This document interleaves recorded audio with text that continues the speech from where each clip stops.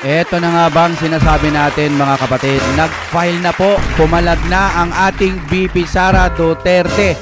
Ang ating panonoorin ay galing po sa Pinas News Insider, na sa description niyan. I-subscribe niyan dahil nag-aatid po yan ng balita patungkol po sa ating Pilipinas kung mahal, totoong walang kiningkilingan. Di ba mga kapatid? Ito ang title, finally good news, VP Sara sa hatol ng Korte Suprema. Impeachment, hinarang mga ebidensya, hawak na ng Supreme Court. Patanong yan mga kapatid, mga kaibigan, ano ang meron dito? Panoorin na po natin ng sabay-sabay. Bibigyan po natin yan ng reaksyon at opinion. Here we go! Ito ang balita ngayon, trending at pinag-uusapan ngayon sa mundo ng social media. Ang di umano'y balitang tila mukhang nagkagulantang ang mga loyalistang bulag sa katotohanan at ang gobyernong nagba. Matapos lumabas ang balitang, lumusob na at kumilos na mismo sa Korte Suprema si Vice President Sara Duterte para mag-file ng reklamo kaugnay sa nasabing impeachment case laban sa kanya. Pero bago ang lahat, kung bago ka pa lamang sa aming channel. Ito yung maganda rito. Hindi pwedeng lagi ka lang nakasalag. Alam naman nilang hindi nila kayang kantiin ng balat ang ating VP Sara. Sa akin palagay lang to at opinion, kumbaga nakasalag siya binabanatan siya Hindi lang pwede laging salag. Kailangan mo rin talagang pumalag. Okay, here we go. Please huwag kalimutang mag-like, subscribe at i-click ang notification bell para mas maging updated ka palalo sa lahat pa ng bagong video na i-upload namin. At eto na nga mga kababayan, mukhang nagkagulantang ang lahat matapos niyanig ng Vice President na si Sara Duterte ang mainstream media at social media. Matapos kinumpirma mismo ng Korte Suprema na ang Vice Presidente ay nag-file na mismo ng petisyon for certiorari and prohibition noong Martes, February 18, 2025 laban sa kanyang impeachment case. Ayon pa sa kumpirmadong balita na inilabas ng Inquirer.net sa kanilang official website, VP Sara Duterte files petition at SC to stop impeachment moves against her. Vice President Sara Duterte has filed a petition before the Supreme Court to block the impeachment complaint filed against her in Congress. Ito maganda rito, pagka ito na basura, iyak lalo sila dito, Sabi nga ni Ted Pailon ba yun, pag ito na survive ng mga Duterte, itong laban po nila, laban dun sa mga taga-kabila, lintik lang siguro ang walang ganti, Okay, tuloy tayo. According to the SC, the petition for certiorari and prohibition with urgent application for temporary restraining order and writ of preliminary injunction was filed on Tuesday, February 18. This is on top of the same petition filed by a group of Mindanao lawyers the same day. The petition seeks to nullify the fourth impeachment complaint filed by the members of House of Representatives, citing Article 11 of the Constitution, which states no impeachment proceeding shall be initiated against the same official more than once within a period of 1 year. As a consequence, issue a writ of prohibition to enjoin the Senate of the Philippines from acting on the fourth impeachment complaint due to violation of 1-year bar under the aforesaid constitutional provision. The petition further read, Duterte's petition came after she was impeached by the House of Representatives on February 5, 2025. Unquote, ang kasong isinampa ni Vice President Sara Duterte ay ang pagkwe-question niya sa Korte Suprema tungkol sa nasabing legalidad sa ika-4 na impeachment complaint ng House of Representatives. Mukhang labis na talagang nagagamit ang pangalan ng mga Duterte para lamang sa kanilang mga pansariling interes. Sadyang hindi na talaga natutukan ang totoo at malaking problema ng bansa. Tumatayo pa sila, May hangganan din ang kasiyahan. At hindi na nakafocus sa tunay na adhikain at plataforma ni Marcos Jr. Yan. Ito mga kapatid, pinagtanggol din natin to dati, di ba? Pero nadidismaya na ako ngayon.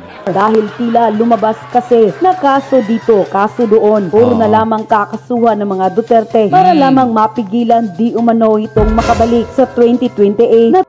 Obvious sa aking palagay at opinion, yun naman talaga ang pwedeng pwedeng maging dahilan. Ayaw kasi nilang makabalik ang mga Duterte, kaya po panay kaso dito, kaso doon. Yung tunay po na plataforma, wala na hong nangyayari. Hindi na ho na susunod o hindi na nangyayari yung pinaka-original plano sana nila ni BP Sara at ito pong ating Pangulo ngayon. Wala na. Wala tayong ibang naririnig kundi pagpapabagsak sa Duterte. Ilang ulit na nating naririnig yan, kaya ilang ulit pa rin nating sasabihin yan dito para malinawan po ang mga tao. Ano bang nagagawa ngayon ng administrasyon natin? Ano bang pinaka-main na pinagkakaabalahan po nila para sa Pilipinas nating mahal? Wala. Meron? Kung meron man mga kapatid, sa palagay ko lang ay hindi yan major project. No? Wala akong nakikitang major project mga kapatid. Kahit sa mga taga-kabila, panoorin po ninyo. Ang gagawin lang po nila, bubuhos nila yung buong vlog nila para siraan ang BP Sara Duterte. Tayo wala tayong magagawa. Kailangan ho nating ipagtanggol. Dahil totoo naman, mahal ng taong bayan ang mga Duterte. Yan po ang pagkakaiba nun sa kabila na yumayakap sa mga tao kunwari ayaw na nila daw sa Duterte. Tuloy tayo dito. Tila wala naman talaga itong mga matibay na ebidensya. Isang pagpapatunay nga raw nito ay gaya na lamang ng pagbibiro ng dating Pangulong Rodrigo Duterte sa kanyang campaign rally ng kanyang mga senatorial ball. Ito yung yung sa nagbiro siya na i-deads daw niya yung 15 na senador, no? Biruin mo kahit sa biro pumulot ka para kasuhan. Ay, tama ba? Correct me if I'm wrong, ha? Sa bagay, opinion lang naman natin yun eh. Biglang napapaisip lang ako na, pwede ba naman to? Diba? Ang hindi nga raw naman binantaan ng pagbibiro sa nasabing joke ng dating Pangulo ay siya pang pinaka-apektado at siya pang nagsampa ng kaso. Hindi mo nga alam kung wala nga pangalan eh. Kaya nga biro lang yun. Tapos ma'am joke daw. Wala, mema lang. Mema kaso na lang talaga. No? Maliwanag naman kasi sa sikat ng araw na biro lamang yun ng dating Pangulong Duterte. Tsaka hindi lahat ng biro kailangan sabihin mo joke lang. Kahit na mismo ang NBI ang tahasang nagsabi at kinumpirma na rhetoric lamang, wala kang makakaso sa dating Pangulo dahil pagbibiro lamang yun ng dating Pangulong Duterte. Katuloy lahat na lamang pinapatulan. Hindi naman senador itong si General Torre para mag-react. Eto, nag-react ata. Ewan ko lang kung magkakaso to Wala. Ang nabasa ko lang dito, wala naman daw nag-utos sa kanya. Sarili lang daw niya, kakasuhan daw niya. We! Sa aking palagay po parang ayokong maniwala eh. Parang hindi ako kumbinsido sa sarili ko na bigla ka na lang lumutang at biglang bla bla bla. Ganun na lang ang aking nagulat, ba't biglang lumutang ka? Yun lamang po Tapos, babanat ka din, mga kapatid. Kung suswertehin ang kabutihan laban sa kasamaan, 3 taon na lang, di ba? Correct me if I'm wrong, 25, 26, 27, pagdating ng 28, magpapalit na. Huwag nyo nang asahan na yung administrasyon ngayon lalakas pa.